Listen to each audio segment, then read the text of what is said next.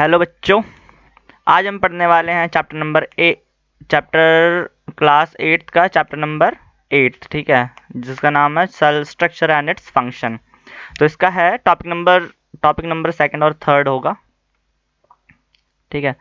तो ये कह रहा है कि organisms show variety in cell number, यानी कि जो ऑर्गेनिजम्स होता है, यानी कि किसी भी तरह का जो जानवर होता है या मतलब जीव होता है, वो सेल नंबर की वैरायटी को शो करता है सेल नंबर, शेप और इसके साइज में। यानी कि सेल, एक जो एनिमल है वो कितने, उसके अंदर कितने सेल हैं, है ना, उसकी शेप कैसी है, सेल की शेप कैसी है, और जो उसका साइज है वो कितना बड़ा या छोटा है, ठीक है।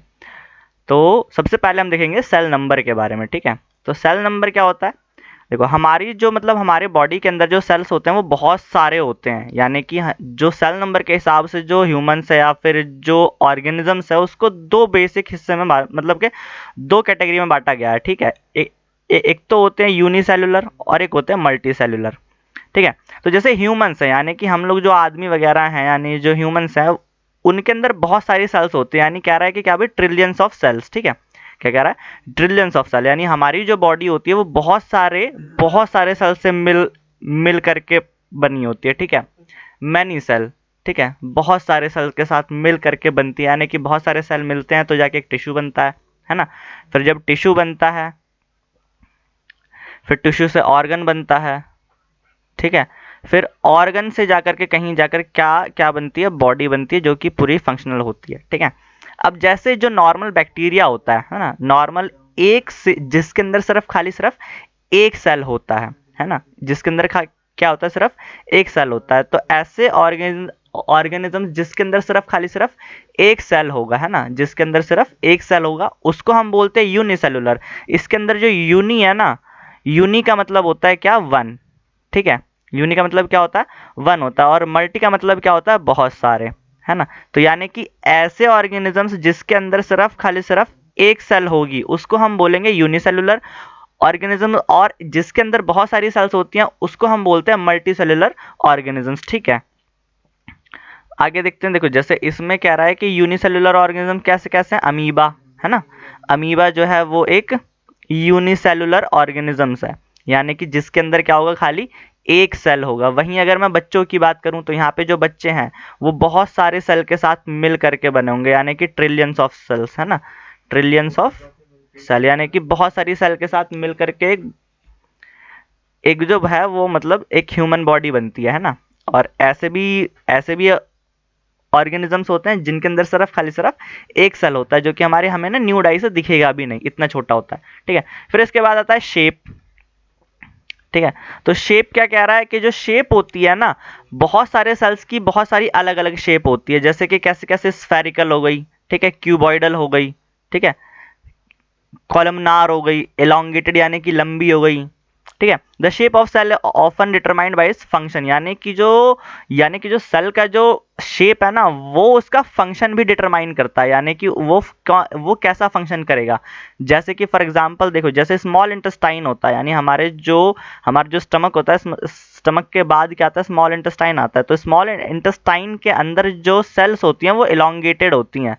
कैसी होती हैं? इलोंगेटेड होती हैं, लंबी लंबी, है ना। क्यों ऐसा ऐसा क्यों होता है? क्योंकि ये जो है ना, वहां पे जब फूड वहां पे जाता है ना, जब फूड जो है वो स्मॉल इंटेस्टाइन के अंदर जाता है तो वो क्या करता है? न्यूट्रिशन के लिए उसका जो सरफेस एरिया होता है ना उसको इंक्रीज कर देता है। क्या करता है? सरफेस एरिया को इंक्रीज कर देता है, ताकि जो जो हमारा फूड है वो, उसका जो पाचन है, यानी उसका जो डाइजेशन है उसको होने में थोड़ा ज़्यादा टाइम लग जाए, ठीक है। वहीं रेड ब्लड सेल जो जो होती है वो गोल गोल होती है, यानी कि राउंड फॉर्म में होगी, ठीक है। कैसे होगी? राउंड फॉर्म में, ठीक है। और फ्लैटेड होगी, फ्लैटेड, ठीक है, फ्लैटेड होगी, ठीक है। ये क्या करती है? ये मैक्सिमाइज कर देती है सरफेस एरिया को ऑक्सीजन एक्सचेंज के लिए। ऑक्सीजन के एक्सचेंज यानी कि ऑक्सीजन का जो आदान प्रदान होता है, यानी कि हम लोग जो ऑक्सीजन को लेते हैं और कार्बन डाइऑक्साइड को छोड़ते हैं, तो उसके लिए जो ये है, ये वाली जो सेल्स होती हैं वो कैसी होती हैं? वो फ्लैट हो जाती हैं। फ्लैट यानी कि जो ऐसे होती हैं, फ्लैट, ठीक है। और कैसे होती है? राउंड होती हैं, ठीक है। रेड कलर में होंगी, मैंने नीली कलर में बना दी। अब देखो यहाँ पे जैसे दिखा रखा है, देखो जैसे यहाँ पे यहाँ पे जो रेड ब्लड सेल है ये है ना, ये हमारी रेड ब्लड सेल्स हैं। ये हमारी वो है, क्या कहते हैं, नर्व सेल, यानी कि ये हमारे दिमाग में होती है, जिसको हम न्यूरॉन भी बोलते हैं। ठीक है, ये स्पिंडल टाइप शेप है ना, स्फेरिकल रेड ब्लड सेल्स हैं, है ना।